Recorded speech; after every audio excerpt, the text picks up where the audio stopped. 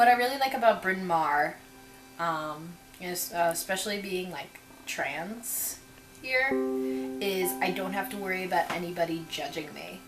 I feel like being here on campus, I don't have to prove myself, don't have to prove my transness, that I can just be Sean instead of being like Sean, like the totally like buff manly man person and having to only do masculine things. Like, I just am really happy that I can be myself here.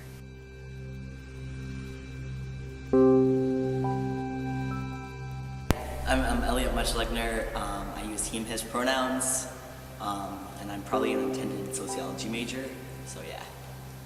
And I'm a sophomore. And my experience at Bryn Mawr as a trans person has been actually like relatively really good. Like I just recently started like looking at these like Facebook groups for like trans guys, and like I can like really feel my privilege. I think being in like a space like this like provides me an opportunity to grow into myself without having like toxic masculinity like forced down my throat, and that can be a really positive thing. But like that doesn't mean that like things are like 100% good. Like there's still things that happen that aren't great, but overall it's been a really good experience. And compared to like what it'd be like in the outside world, like it's a lot better. So I'm extremely grateful for that.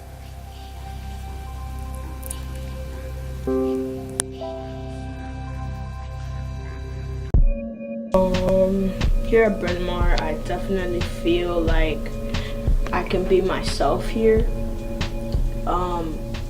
In a lot of spaces here, I definitely feel included.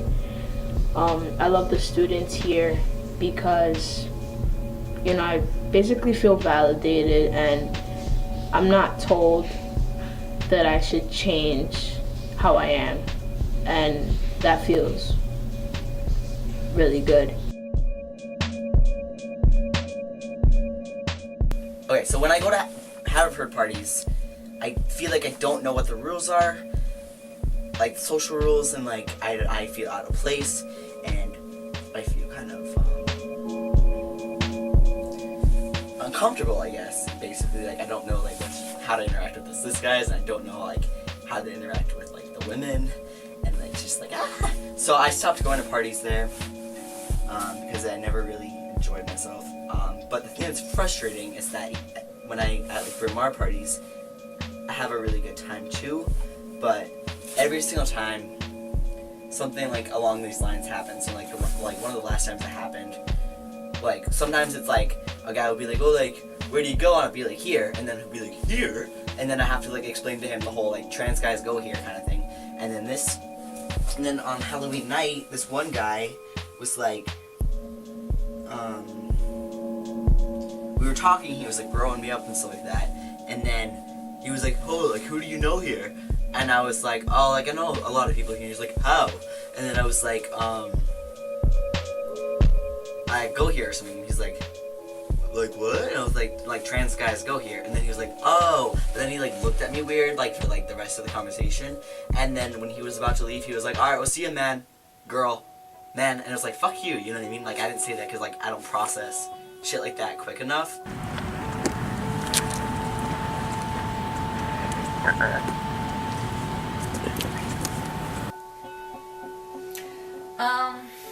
I feel like pronouns are interesting on campus because of the fact that most people assume that everyone here is a girl, and obviously that is not true.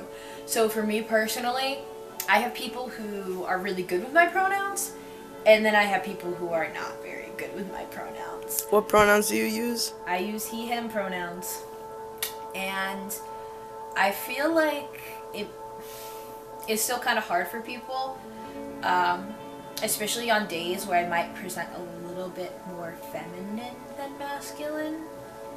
Like especially if, let's just say I'm rushing to class and I just don't have time to look for my binder and end up wearing a bra. I've noticed people use she pronouns a lot more than when I'm wearing my binder, and where I might, be wearing like a plaid shirt and tie, which is also why I dress so well so often. When it comes to my pronouns, some professors are really good with my pronouns. Like the first day of class, some of my professors went around asking for pronouns, and that really made me feel good and included. Other professors are not that great, especially in my language class. I constantly get referred to as so, she. In terms of administration and teachers and things like that, it's been pretty good. Part of that is that I had the privilege to I already have my name change, and that was all legalized before I graduated from high school. So I didn't have to deal with the crap of roster versus not roster, things like that. And then I think because I came into Bryn Mawr kind of asserting my gender, that it wasn't, I don't know, it was, I don't really remember professors misgendering. There was one point that in French class, I think my professor misgendered me, but in French, and I basically had to have a conversation with her that it wasn't just English, that she couldn't misgender me in French too, she had to gender me correctly, you know what I mean?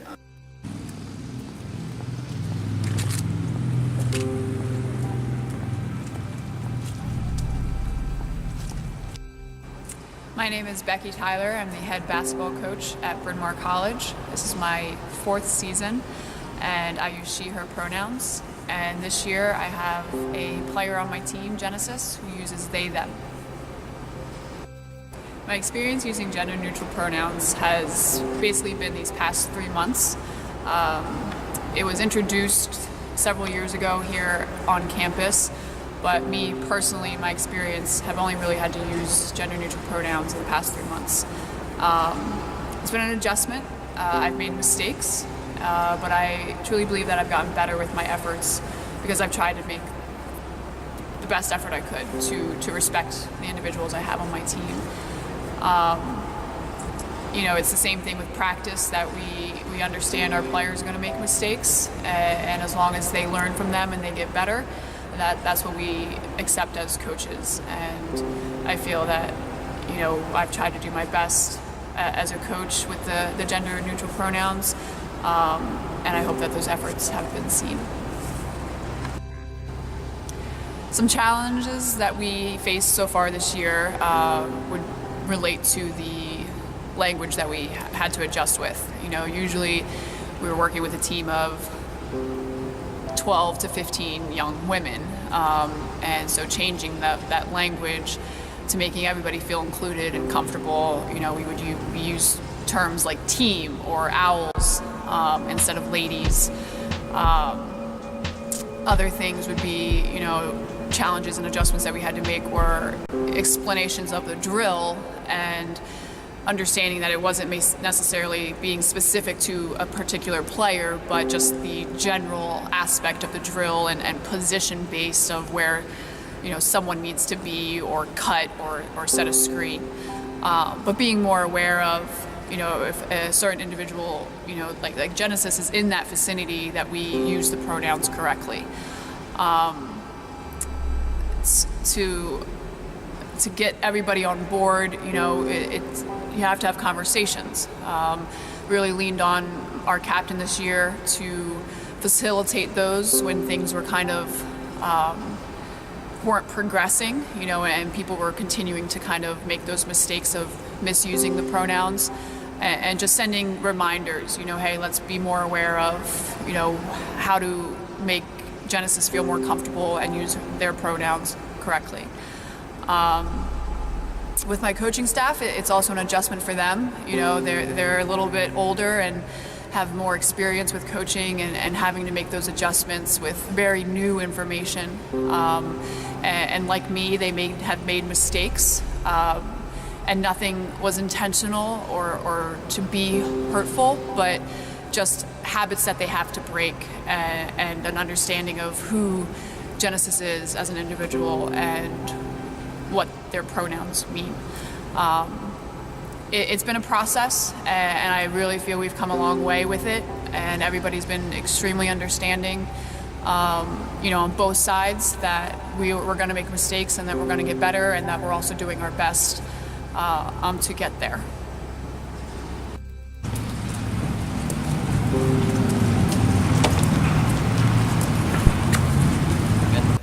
Okay, so in terms of my experiences, like before tea and after tea, I'll give you a little bit of context. I came here not on testosterone, and then December 2nd, which is coming up, I started. And it's the kind of thing where, like, in some ways, it wasn't like the second I started testosterone, everything changed. But definitely this year, that I'm closer to a year, there's definitely been shifts. So, like, for instance, if I was like walking, like I noticed last year, I noticed it some last year, that like if it was dark and I was like wearing like a hoodie or something, and like I saw like there was like a group of girls like or something like walking around, like they might be a little bit more cautious around me. But then I've noticed that this year, it's not even just like in that kind of environment. It's like I can go to Haverford. Like I remember like going to like a Haverford party, and like I would like go up to one of my friends, and it'd be kind of a little bit dark because it would be like a party, and like I would just like feel this like wall, you know what I mean? And then they would realize that I wasn't like a Haverford trying to like flirt with them, and then like they'd realize it was me, and then they'd be like, and then like that wall would go away. So that's kind of been interesting, like seeing that wall come up, but also realizing that like there was an incident a few months ago where I was like walking and I saw my friend and I was like, hey, how's your night going or something?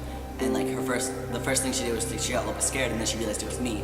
But I realized that like my voice now is scary in the kind of context, you know. So that was kind of an interesting moment, and I realized that like now instead of like speaking first, I'm gonna let my like friends notice me first before I speak.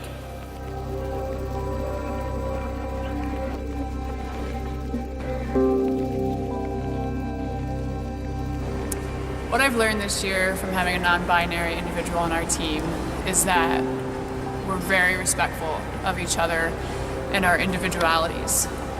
Having a team with so many different personalities and different people, as a coach you learn and try to learn how each person needs to be coached, and trust that everybody is going to do their best with their efforts in practice and with treating people with respect. I learned that it can be challenging, it has adjustments, but you treat everyone with respect, and you kind of, as a coach, adjust your style to help them be the best player and person that they can be.